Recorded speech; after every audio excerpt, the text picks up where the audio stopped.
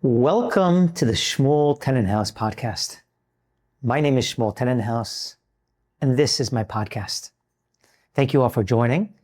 As always, I'm just going to start off thanking our generous sponsors for making this podcast available. Please give me a second to read the sponsorship. Do you hate your teeth?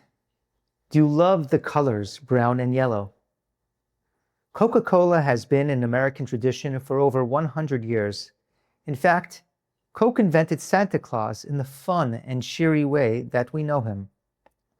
While many of you have stopped drinking soda due to health reasons, Coke reminds you of your beautiful and naive, youthful days. Also, if Coke is so bad for you, why is it sold in so many places? Get back to the basics. Drink Coke. It's a classic. I don't always approve of the products that I promote in my podcast, but obviously I'm doing this for financial reasons. So thank you again for Coke. Now we are in the 9 days for the Jewish people. The 9 days represents times when we mourn the destruction of the holy temples. So we don't do things that bring joy. For example, listening to live music, eating meat. Instead, we eat only dairy, and we then destroy our digestive systems, reminding us of the destruction of the temple. For those people interested in potentially harming Jewish people, I don't want to give away too many secrets, but it's not what you're thinking. It's not protests. It's not bombing Israel. What it really is it all comes down to feeding Jewish people dairy. If you do that, unfortunately, you're going to cause a lot more harm.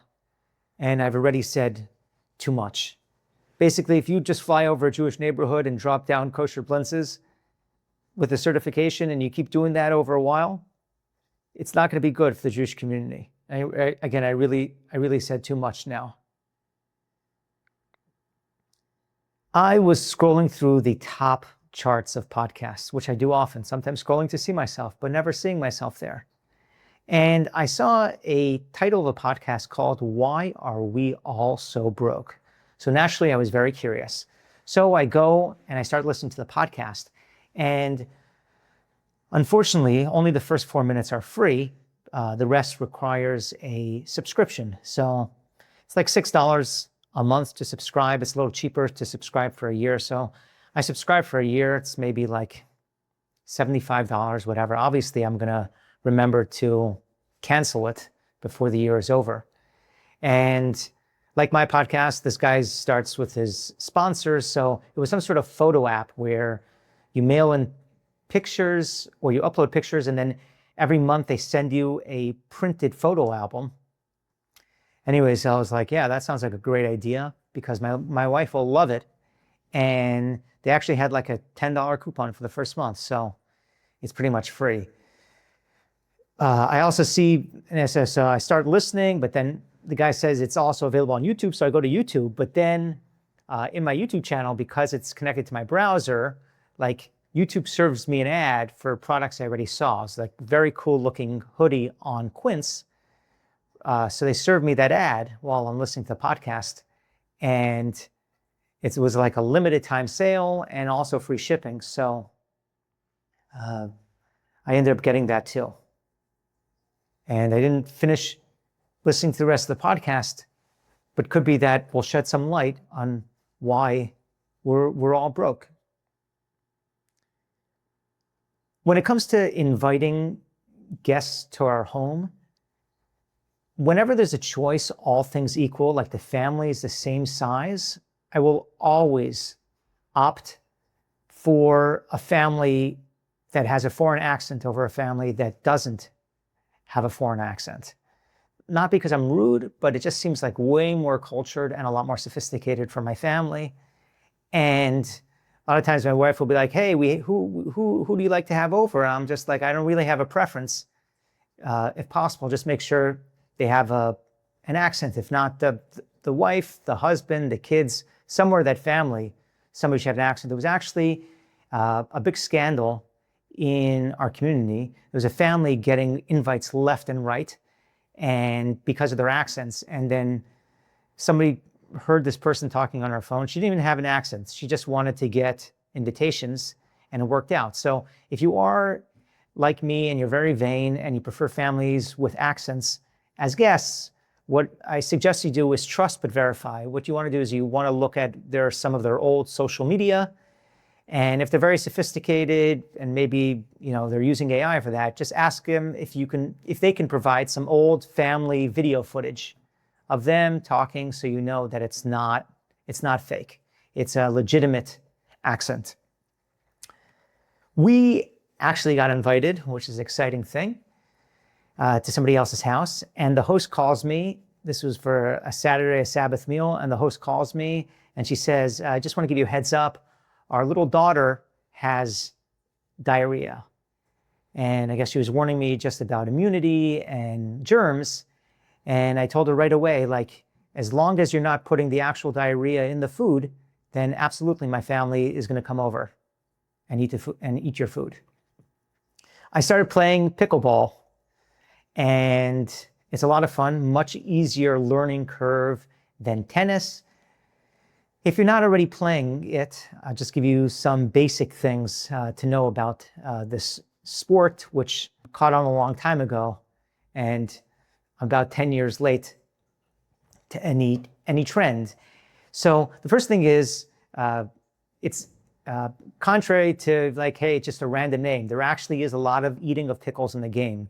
I haven't figured out all the rules, but one team eats pickles, the other eats pickles, and then you play ball in between. And most courts, if just as an FYI, won't let you play typically unless you're over 70 years old or if you have a severe hearing issue. Either of those will get you priority on the courts. If nobody else is playing, then obviously they're going to let you play. And there is an area called the kitchen, and obviously that's where people eat the pickles. I want to talk about something as a Jewish person which is concerning for me, and typically when something is important and needs to be called out for the Jewish community, it usually reflects on society as a whole. So the mayor of New York, Mayor Mamdani, people are accusing him of not necessarily being friendly to the Jewish community, and I always try to keep an open mind, but there's some new legislation that is not overtly targeting the Jewish community, but obviously this is a very subtle but harmful attack. So Mamdani just said it's going to be illegal for New Yorkers to walk quickly down the sidewalk. And if you've ever seen how religious Jews walk in New York in particular, obviously that's a clear attack on Jewish people. Obviously you can't go out and say, hey, this is an attack on Jews. We don't like the fact that you're walking at 1.5 or 2 speed. We got to slow this down. But I would very much keep an eye on this. And slowly but surely, you can see some other potential civil rights being lost. Today, it's walking quickly. Tomorrow, it could be double strollers or triple strollers, may be something that's considered, forbidden. I'm just asking questions. That's all I'm saying. Concerned citizen of the world.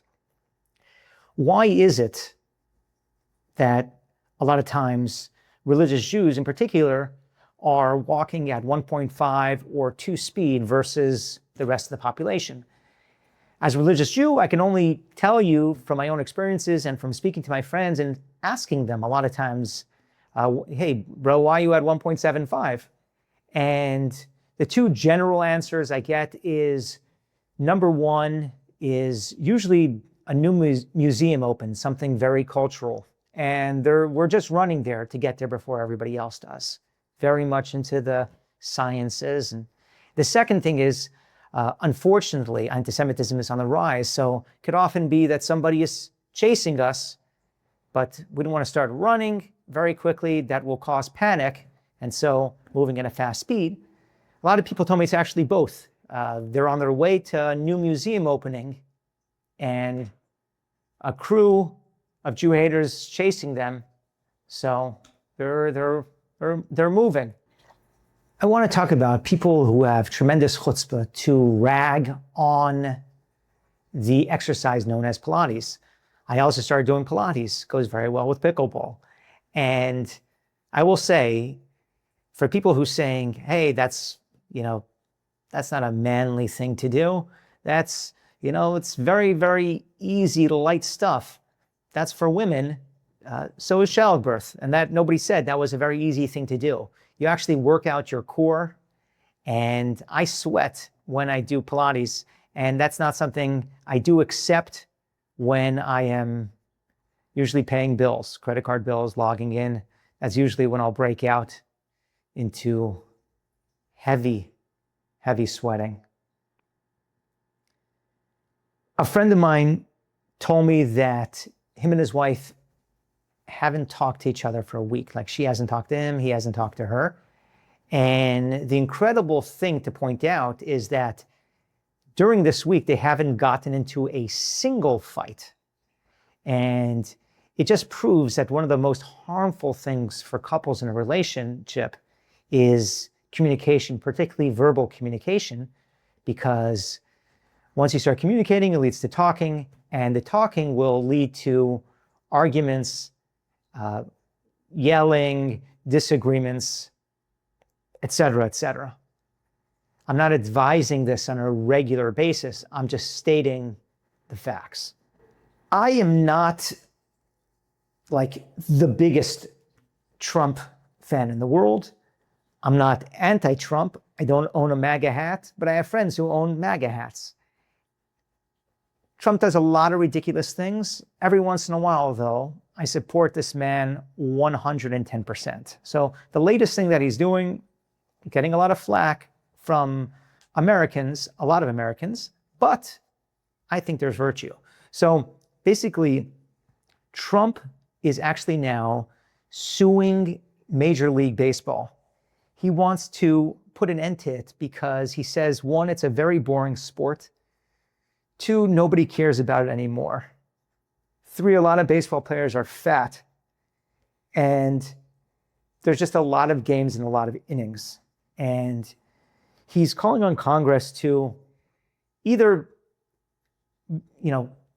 ban it altogether, or potentially do something where the Trump family can make money off of that sport, because then it will have more virtue for the American people. Lawyers are the most crafty people in the world. Even when the economy is slow, they will figure out how to milk the average Joe. There are now divorce attorneys that came up with this concept that a person could purchase a BOGO divorce. So it's a buy one, get one. So you, in a divorce attorney, and let's say a guy knows that, it's expensive to get a lawyer, but hey, it's a BOGO. And he knows he's not good in relationships, and he's going to get divorced, he's going to get married again, then he's going to get divorced. So literally it's a 2-for-1 thing. It's probably in some sort of expiration date for legal purposes, 20 years, 15 years, but I thought that's a very, very cool concept. And the other thing is, a BOGO divorce doesn't have to be done with the same person. Let's say you and your buddy, both of you guys are getting divorced, and he doesn't want to pay a lawyer the full price. You don't pay the lawyer the first full price. So again, this 2-for-1 thing. Now, I tell the lawyers are smart, so they're not just giving away money. What they're doing is to manage their time and make sure they're maximizing, is they actually run this as a parallel process. So you're on the conference calls with them, but it's both clients getting divorces and both their attorneys. So it gets a lot of times confusing during Zoom calls or mediation, because there's different families and people and different spouses, but it works. People are doing it. What can I tell you? There was a relationship. Do you notice the way I just shifted up there? Oh my gosh, my posture. There was a relationship podcast that I'm a big fan of. I'm not going to say the name. And I used to listen to it. It was one of my top go-to podcasts. And I downloaded them. I referred it to friends. It was a relationship podcast. And this woman who's doing the podcast, how can I say this? She's now divorcing her sixth husband. Now she's onto, and she immediately got engaged to another husband. This will be her seventh marriage. And as much as I don't want to judge this person, it's getting harder and harder for me to take some of what she says seriously, even though it's very good. Like everything that she says is spot on. She quotes a lot of books and it has a lot of good anecdotes. I just feel like up to 6 marriages, I was like, yeah, I was able to defend it to my friends and colleagues. But the 7th one, I'm just really having a hard time. I'm having a hard time getting past it. Like she put out this new podcast now, 7 is a Charm. Like that's not cute. That's just joking about all the other marriages that you had. So I know a family very well. They applied to send their kids to a camp, a sleepaway camp. The kids did not get accepted. Great. But what happened was the camp never removed them from their email list. So now every time that camp goes on a trip or there's some notification for the parents, this poor family that didn't get accepted is getting all the emails. So it's literally like pouring bleach into somebody's eyes. And it's a very painful experience. So if you run a camp and you didn't accept the family, take them off of your distribution list. There's no reason for them to be there anymore, unless you say, hey, there's a class action against us for not accepting families, then maybe it makes sense to include everybody on that email list. One of the things that I find the most pleasurable in the world is when I'm reviewing a credit card statement and instead of debits, I see credits. Like my wife bought something and she returned it to Zara and H&M, even if it's not new monies, but the fact that it's a credit card, credit, and I see debits in there. So if you're a spouse trying to get or vying for your husband's attention and he's not giving it to you, just buy a lot of stuff, which he's used to anyways, but then start returning it very, very quickly. He's going to start paying a lot of attention to you, taking you out more often. In his mind, you're starting to put credits back onto that statement. I also want to give some relationship marriage advice to couples, and whether I'm the most qualified person or not, I don't know.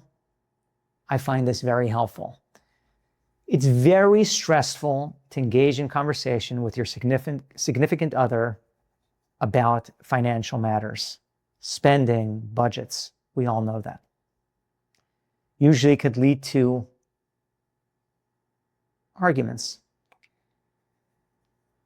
One method which could be helpful in resolving this is, rather than waiting until the last part of the day when everybody's super exhausted and doesn't have the energy, is right when your wife wakes up and gets out of bed in the morning, you approach her with some of the credit card questions and some of the subscriptions that you have that you shouldn't have.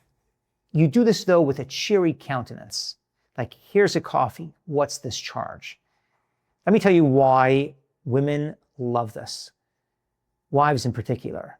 Later on during the day, it's very hectic when the kids are up, the kids are running around. Also, we expend so much energy during the day. So we're very tired to talk about that at night. In the morning, though, it's fresh, it's exciting, it's a brand new day. We're solving things together. Also, it shows your dedication as a spouse saying, hey, this is just not something random. I really care about this family. That's why I printed this out. And that's why I have a yellow highlighter here with green question marks on some of the expenses I don't know. Let's work together to figure this out. Try it, and you'd be surprised how it goes. So for those of you who don't live in Florida, thinking about migrating here, I want to tell you about an amazing thing that we have here that you probably don't have, and maybe you do, I'm just not familiar with it, other places in the country. That is, we have this thing called Beeper MD. We don't go to doctors. We don't go to urgent care. We don't go to emergency rooms, except for extreme situations. Beeper MD is if your child has strep, you have strep, or your head is hot. What you can do is you can summon Beeper MD. You call them up, you can order them on the website. They come right to your house, like a doctor coming to the house. Now, these people who show up, they're not doctors. Usually they work for DoorDash, or they're Uber drivers, or they drive a Lyft. In between, they also get summons to work for Beeper MD. They rock up to your house. 1, they wear Crocs, always. 2, they wear an outfit of like a nurse. So it gives a very medical type feel to it. The second thing is they're extremely competent.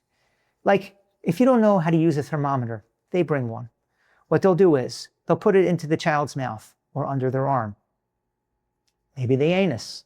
And they will then look at it, take a picture of it, and show it to another doctor who's on the other side of the screen. Possibly the other person they're showing to is just somebody, a secretary in the office, but then the secretary in the office of Beeper MD will then take a picture of that thermometer and send an SMS to the doctor. The doctor will look at it and say, oh, it's over 100. Your child has fever. Doctor will pass that message to the secretary. Secretary will pass it to the Uber driver in your house that works for Beeper MD. Boom! Situation solved. Now you know your child has a fever and you can give Tylenol, aspirin. They can also print out directions for you, or on their next, Instacart delivery, if it's the same person, they could throw in a thing of aspirin or a thing of Advil. They're also very good at taking strep tests, which is a big thing in Florida. Like, I know a family, they have a full-time Beeper MD person who lives in their house because it's cheaper that way just to take strep tests. So same thing, you take a strep test, the person on site doesn't know how to read it. There's some sort of code.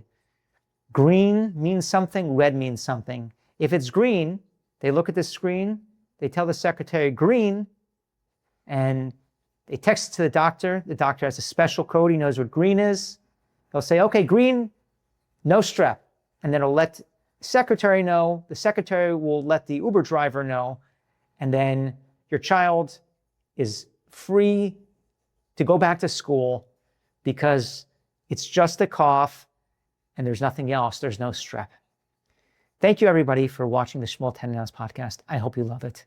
You can subscribe to my podcast on YouTube, on Spotify, I have an Instagram account. I have a TikTok account. I have so many accounts. I'm so busy. Thank you very much. I'll see you next week.